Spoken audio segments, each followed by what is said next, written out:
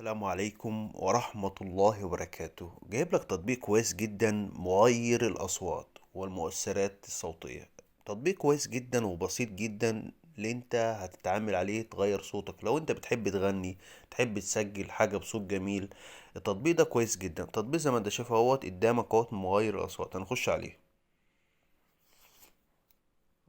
طبعا بيقابلك اعلانات في الاول. ده التطبيق، ده واجهة التطبيق بسيطة جدا وهتعرف تتعامل عليها ومش صعبة.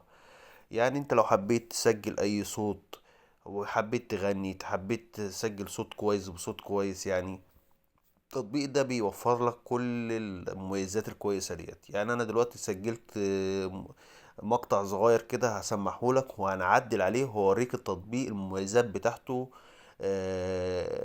يعني مميزات كويسة فيه. طبعا نخش على وقت التسجيل اللي انا مسجله قبل كده. طبعا هيقابلك زي كده اعلانات. هنخش كده ونطلع تاني.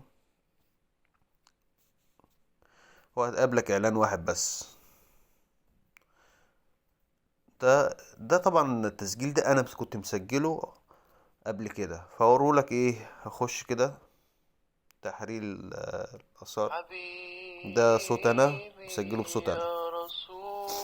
ده الصوت العادي خالص. هنخش بقى على التعديلات بتاعت البرنامج. خش كده اهو كايروكو. بص الصوت بقى كويس. تعالى في العادي. بص الكايروكو بيخلي الصوت بتاعك جميل جدا. فداك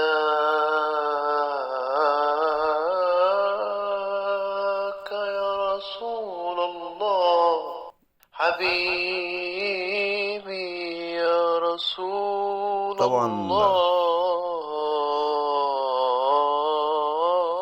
في طبعا صوت فتاة، صوت صبي، زي ما انت عايز هتغير صوتك لأي حاجة. يعني احنا لو اخترنا صوت طفل اهو.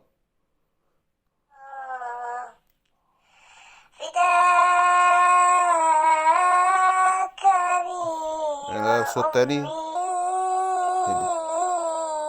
يا حبيب الله، فداك.